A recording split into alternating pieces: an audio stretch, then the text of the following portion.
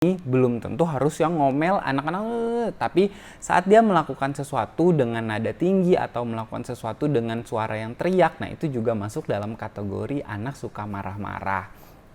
Nah, penelitian dari Peach Project, dari 1.000 anak-anak yang dilakukan penelitian ini, hampir rata-rata anak yang terpapar dengan gadget atau televisi mengalami perilaku yang cenderung emosional.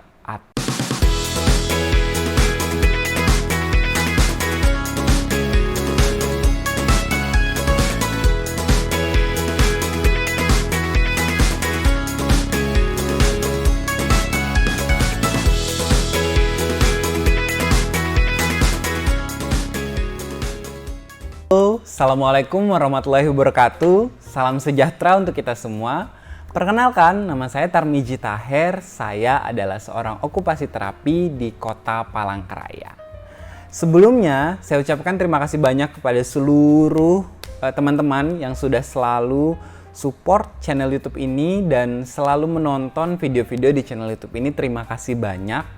Dan terima kasih pula kepada seluruh orang tua yang selalu semangat mengulang kembali aktivitas-aktivitas apa saja yang dilakukan di video-video ini serta diulang kembali di rumah. Terima kasih banyak semuanya.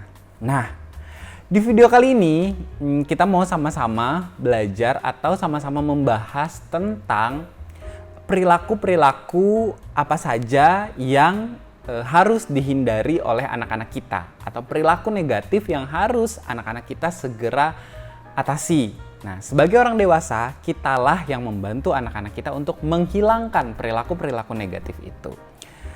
Langsung saja, mari kita mulai videonya.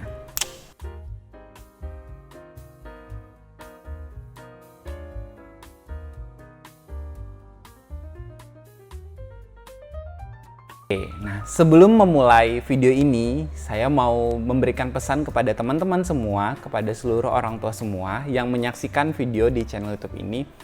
Bukan maksud saya untuk menggurui, bukan maksud saya untuk mencari tahu, bukan maksud saya untuk mengajari, tapi dibuatnya video ini adalah bertujuan untuk bagaimana kita semua bisa bermanfaat untuk anak-anak kita. Jadi ini adalah sharing pengalaman atau sharing ilmu sederhana yang saya miliki. Sekali lagi, bukan maksud untuk menggurui atau mengajari teman-teman semua yang menonton video ini.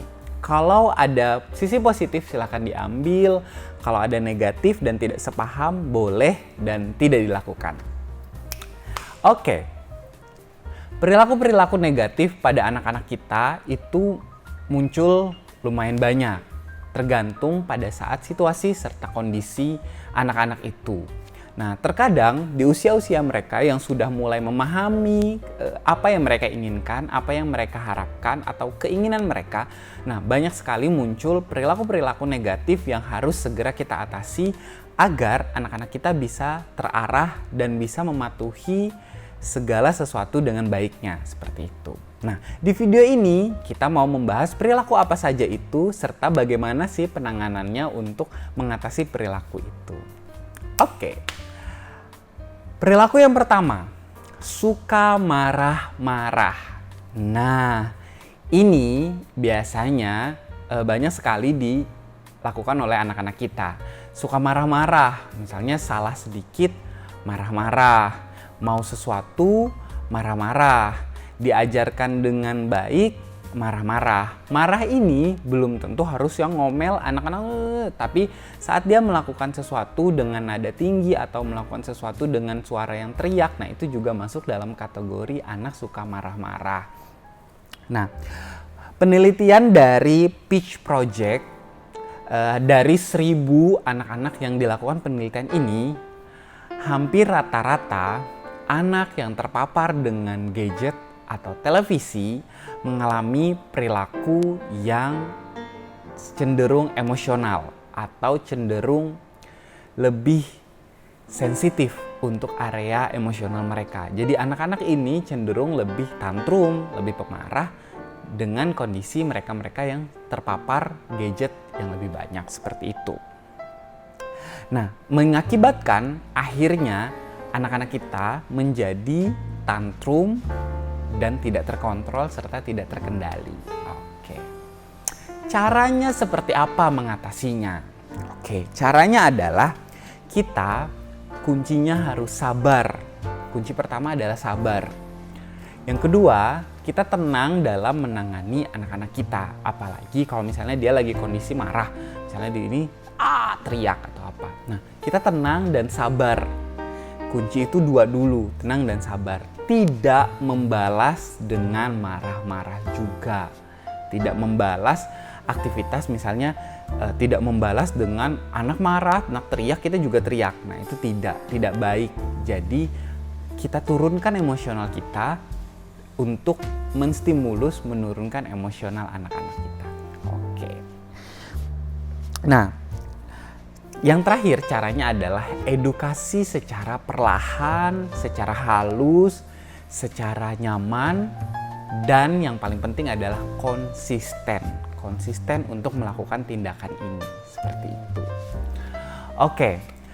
Perilaku yang kedua adalah memotong atau menyela pembicaraan orang lain.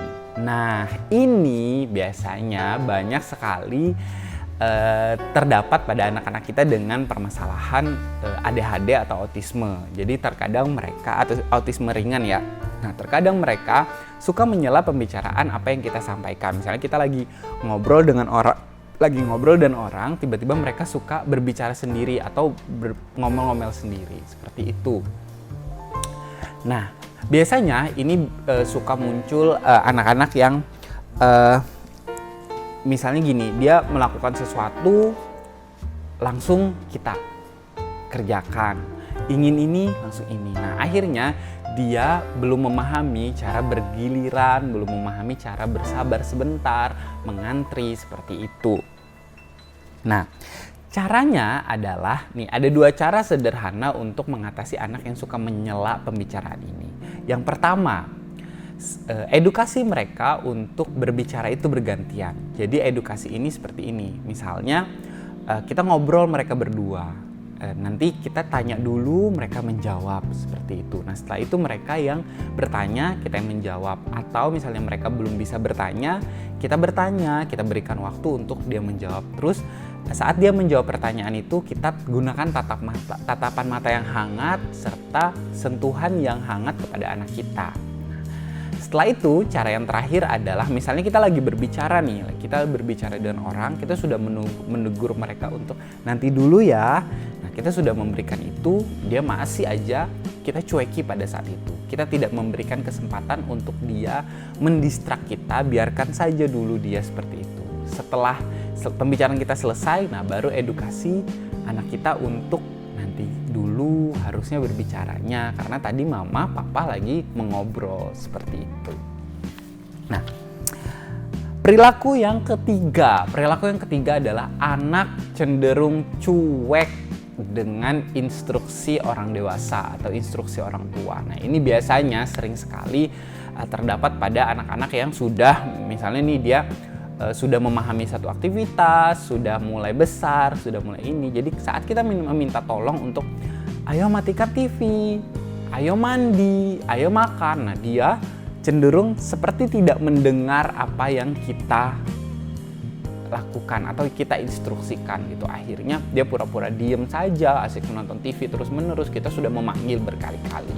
Nah, ini perilaku yang tidak boleh dibiarkan karena bisa berdampak panjang terhadap aktivitas dia selanjutnya. Nah, caranya adalah ambil perhatian anak. Jadi ambil perhatian ini kalau misalnya tidak bisa lewat suara, kita lewat gerakan. Kita datangi dia, kita samperi dia, kita sentuh halus. Nak, ayo mandi, ayo makan, ayo pergi, matikan TV. Nah, seperti itu. Jadi ada gerakan atau ada stimulus sensori lain selain dari auditori dan selain dari suara kita, ada sentuhan gitu.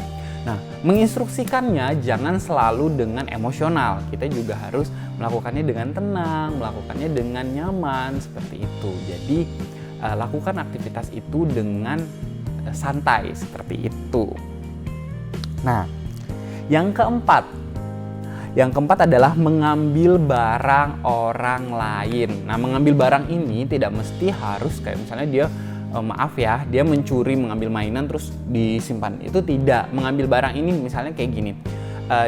Ada orang bermain handphone, tiba-tiba dia langsung mengambil handphone itu juga termasuk mengambil barang. Misalnya anak-anak lain lagi main, dia langsung ambil, rampas mainan itu. Walaupun itu bukan mainan anak itu, tapi misalnya itu permainan yang bersama, melakukannya aktivitas bersama. Nah, itu juga tidak boleh dilakukan oleh anak-anak kita.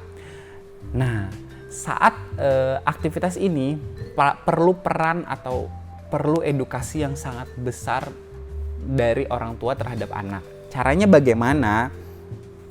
Nah, caranya bagaimana adalah dengan kita mengajarkan mereka untuk aktivitas berbagi, bermain bersama, bergantian dan bergiliran.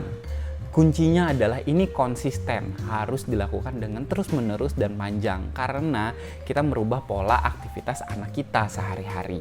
Jadi tidak bisa instan seperti itu. Nah, perilaku ini juga biasanya muncul tidak mesti harus ambil barang. Misalnya dia lagi asik, kita nih semua lagi asik menonton TV atau ada orang yang menonton TV, dia langsung ambil remote TV terus ganti channel itu, padahal kita lagi menonton. Nah, ini juga termasuk dalam perilaku itu. Nah, pada saat ini adalah kita mengedukasi dia. Tidak seperti itu, masih ada orang menonton, silahkan ganti dulu, bergantian. Misalnya dia marah, kita harus tetap lakukan itu, tetap ganti ke posisi channel sebelum dia mengganti. Setelah orang berganti, baru giliran dia. Jadi berikan waktu dia untuk berkorban untuk orang lain, dan setelah dia sudah berkorban misalnya 5 menit, 10 menit, nah baru berikan itu kepada channel yang diinginkan lagi. Seperti itu. Nah, video ini agak sudah terlalu panjang, jadi saya potong menjadi 2 part ya. Nah, saya tutup dulu video di part 1 ini, kita ketemu di part kedua. Bye-bye.